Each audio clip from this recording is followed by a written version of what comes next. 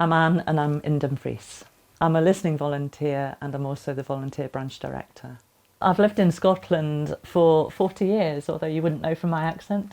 I think throughout my career I've always liked working with people. So when I retired in 2016, first of all I wanted to take a break from anything and then decided I actually wanted to start to volunteer with an organisation that was very much people-based.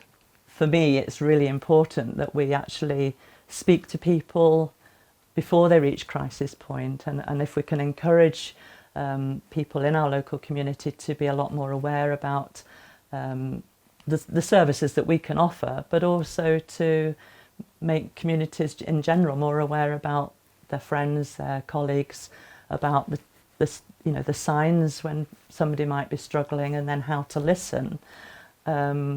That can hopefully prevent somebody then reaching that crisis point. Another of my passions is about working collaboratively and in partnership locally. We have a project, a small project, because we're a small branch, to actually reach out to the farming community over the next 2 years and really take the messages out into those communities as well.